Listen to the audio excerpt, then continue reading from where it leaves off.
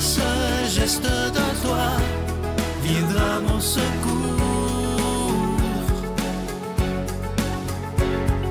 Viens semer dans mon âme le grain de l'amour. Je traverse un désert et je meurs de soif. Montre-moi le mystère qui garde la foi. Bon lundi, bienvenue à votre émission La Victoire de l'amour. Avant d'aller plus loin, comme on est le 3 janvier, je vais prendre le temps de vous souhaiter une très, très belle année 2022, qu'elle soit remplie tout d'abord de santé. Moi, j'ai toujours cru que lorsqu'on a la santé, on peut faire tout le reste. Alors, je vous souhaite beaucoup de santé. Je vous souhaite la paix du cœur. Si vous saviez comment on se sent bien lorsqu'on est en paix avec soi-même et avec les autres et en paix avec Dieu, c'est ce que je vous souhaite pour l'année 2022. Évidemment, je nous souhaite à vous et à moi qu'on se sorte de cette pandémie et qu'on puisse reprendre notre vie comme avant.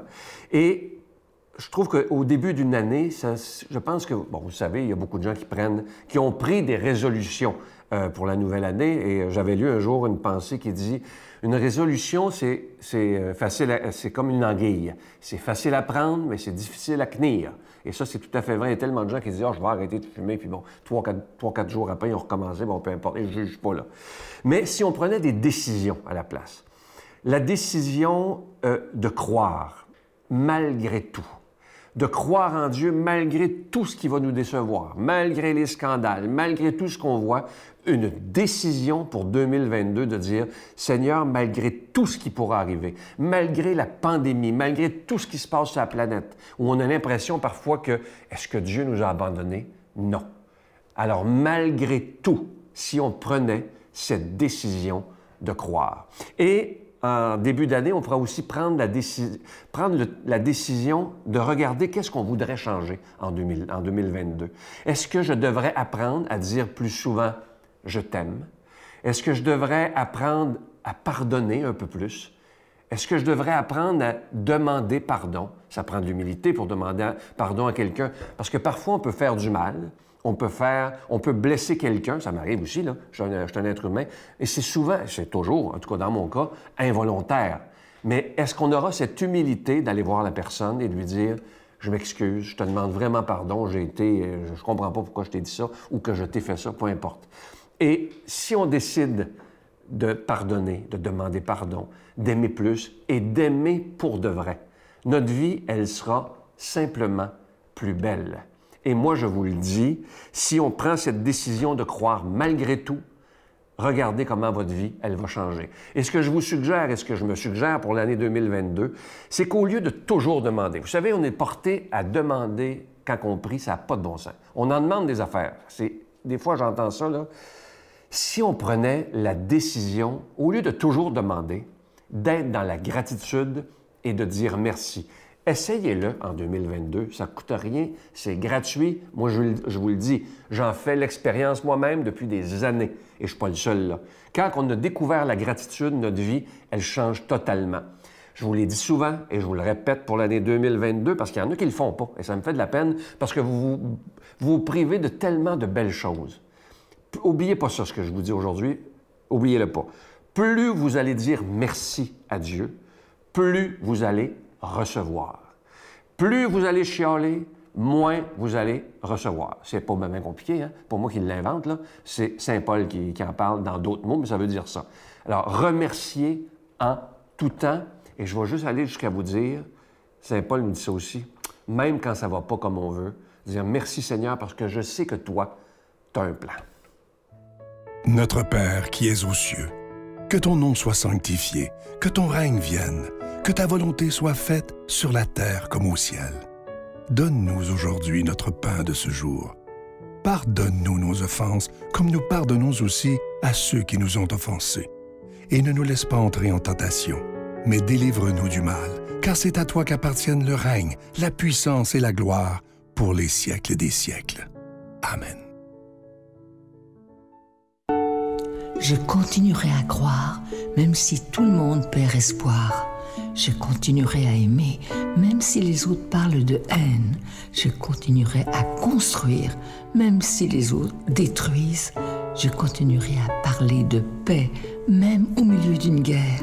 Je dessinerai des sourires sur des visages en larmes et je tendrai les bras à ceux qui se sentent épuisés. Oui, je continuerai à croire.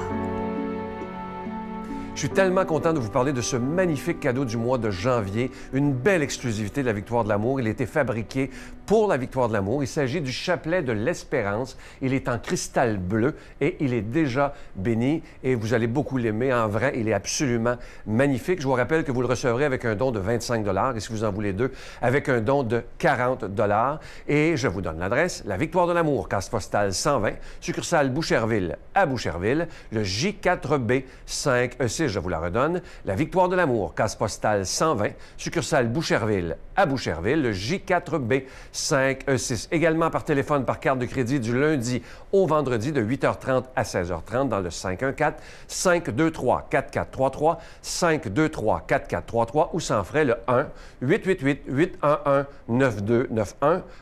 1-888-811-9291 et aussi sur notre site Internet. Vous savez que c'est une façon très rapide, sécuritaire et efficace de faire votre don. C'est le www.lavictoiredelamour.org. Alors, je vous rappelle ce magnifique cadeau du mois, le chapelet de l'espérance. Il est en cristal bleu et il est déjà béni. Ça se donne vraiment bien en cadeau. Et je vous rappelle aussi que sur notre site Internet, vous pouvez aller voir toute la liste des cadeaux qui sont encore disponibles. Parfois, il y a des gens qui pensent que quand le mois est fini, c'est plus disponible. Non, non, non, non. Les autres cadeaux, quand il en reste, sont disponibles toute l'année, tant qu'il en reste. Alors, allez voir sur notre site Internet et allez dans la section cadeaux et vous allez tout voir ce qu'il y a de disponible. Je vais prendre le temps de vous dire des milliers de fois de merci pour tout ce que vous faites pour la Victoire de l'amour, parce que sans vous, cette émission, elle ne pourrait pas exister depuis bientôt 27 ans.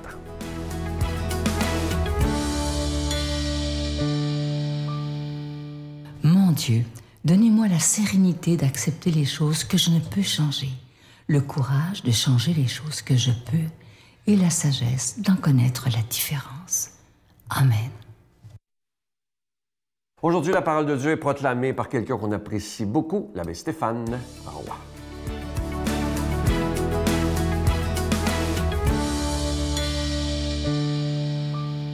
Bonjour à toi, bonne, heureuse et sainte année. Évangile de Jésus-Christ selon saint Matthieu.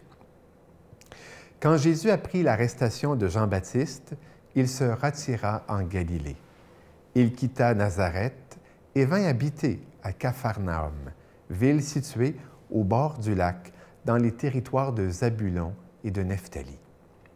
Ainsi s'accomplit ce que le Seigneur avait dit par le prophète Isaïe. Pays de Zabulon et pays de Nephtali, route de la mer et pays au-delà du Jourdain. Galilée, toi, le carrefour des païens. Le peuple qui habitait dans les ténèbres a vu paraître une grande lumière. Sur ceux qui habitaient dans le pays de l'ombre et de la mort, une lumière s'est levée.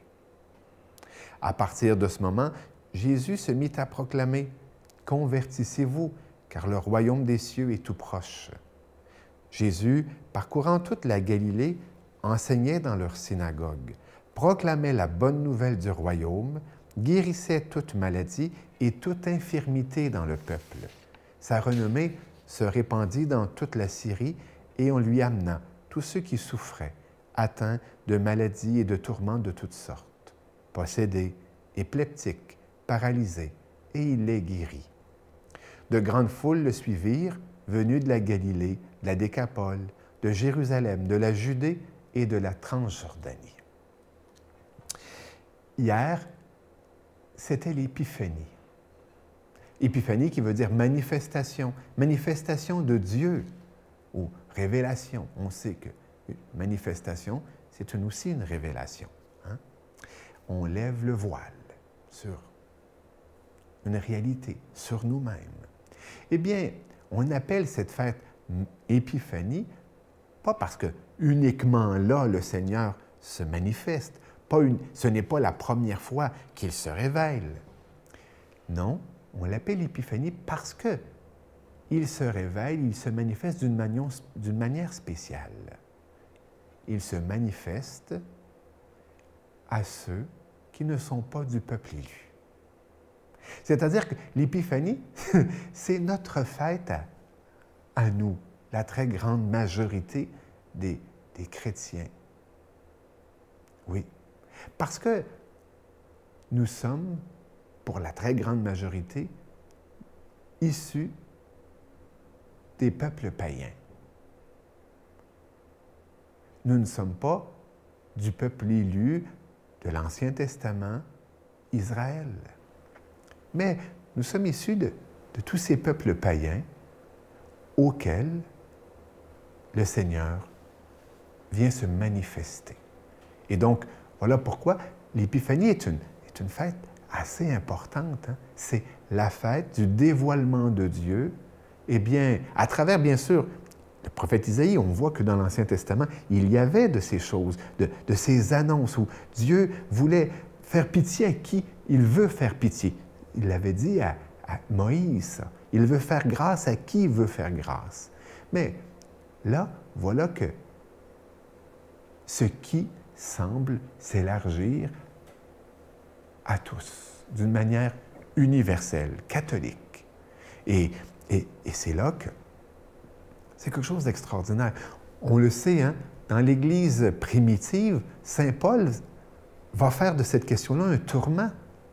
Lui, qui est juif, va se demander comment se fait-il que si peu de Juifs sont touchés par le Christ, sont si peu attirés par la réalité du christianisme, et que la très grande majorité, eh bien, se composait déjà, eh bien, des païens, des gentils, de ceux qui n'étaient pas de la race de David. Et Paul va comprendre, petit à petit, eh bien, que ce n'est pas une question de mérite ou de démérite. Le salut n'est pas une question de mérite ou de démérite, c'est une question de miséricorde, du choix de Dieu, de ce désir de Dieu de faire grâce à tous et d'une manière gratuite.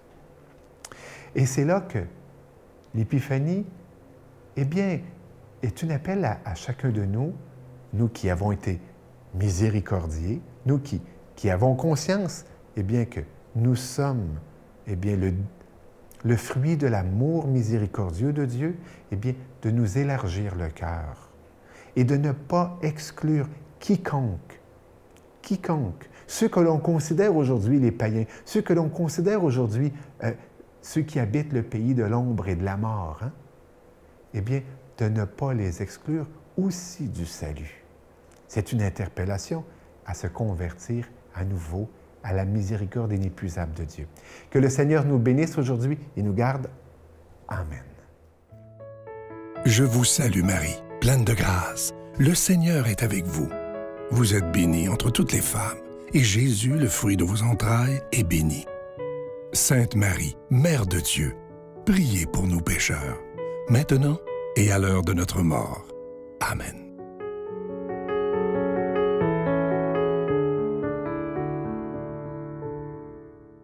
Avant de vous quitter, je vous laisse avec une très, très belle pensée, un beau petit texte. Écoutez-le bien.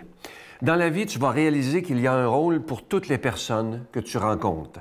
Certaines vont te tester, d'autres vont t'utiliser, d'autres vont t'aimer et d'autres vont t'enseigner. Mais celles qui sont les plus importantes sont celles qui font ressortir le meilleur de toi-même. Ce sont des personnes étonnantes et rares qui vont te rappeler pourquoi la vie vaut la peine d'être vécue. Je veux prendre encore une fois le temps de vous souhaiter la plus belle des années en cette année 2022 et faisons confiance totalement au Seigneur pour qu'on puisse bientôt se sortir de cette pandémie. Bye bye. Mon père, là, si je dis, ben papa, j'ai fait ça, j'ai raté mon coup, je suis pas contente de moi parce que j'ai peut-être blessé. Il va pas en rajouter, là, il va pas me cogner sa tête et dire, ben oui, t'as raison, t'es vraiment pas terrible. Non. Il va dire, ben, alors, imagine-toi Dieu. Ben, c'est ça. Parce que avec toi, le monde est beau. Avec toi, j'en perds tous mes sanglots.